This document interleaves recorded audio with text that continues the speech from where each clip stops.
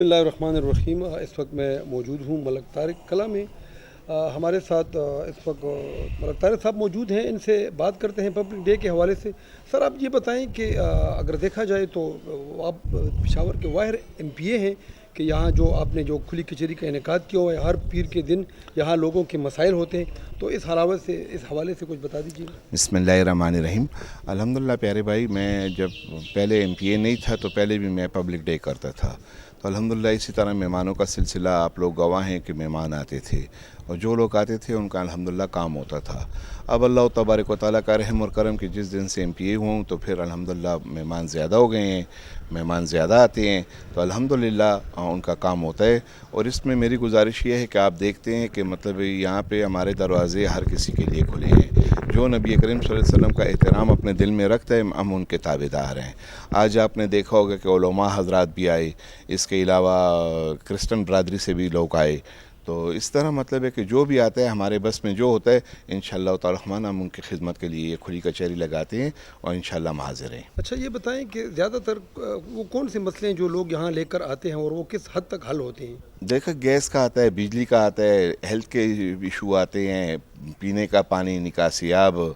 مطلب ہے میرا حلقہ جو ہے PK82، اس میں تو مجھے مطلب ہے کہ کافی مطلب ہے تو مجھے بالکل ٹوٹا پھوٹا ہوا حلقہ ملا ہوا ہے، تو اس میں مطلب ہے کافی مسائل ہیں۔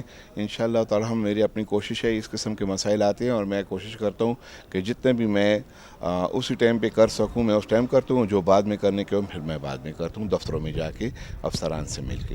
Thank you sir. شکریہ۔ سر یہ جو قومی جرگہ تھا اس میں آپ نے شرکت کی تھی، اس حوالے سے اپنا موقف دیں۔ ہاں الحمدللہ دیکھیں وہ جرگہ تو یہ تھا کہ ہماری جتنی بھی صوبائی اسمبلی تھی یہ ساری ایک ہی صوبائی اسمبلی کو کمیٹی ڈکلیئر کر دیا تھا، اور ہمارے CM صاحب جو تھے وہ ہمارے ہیڈ تھے اس جرگے کے، تو وہ جرگہ الحمدللہ بڑا کامیاب ہوا۔ آپ لوگوں نے دیکھا کہ 3 دن تک وہ جرگہ جاری رہا اور اس جرگے میں کوئی غیر قانونی حرکت یا کوئی غیر قانونی بات نہیں ہوئی۔ وہ بھی جو تھے جن کے ساتھ ہم نے جرگہ کیا تھا پشتون لوگوں کے ساتھ، وہ بھی مسلمان لوگ تھے، پٹھان لوگ تھے، اپنی بات پہ اپنے وعدے پہ قائم رہے اور انہوں نے ڈسپلن کا مظاہرہ کیا اور الحمدللہ وہ جرگہ کامیاب ہوا۔ اور انشاءاللہ تعالی الرحمن اسی طرح اگر ضرورت جہاں بھی پڑے گی انشاءاللہ ہم جرگے کے لیے تیار ہیں۔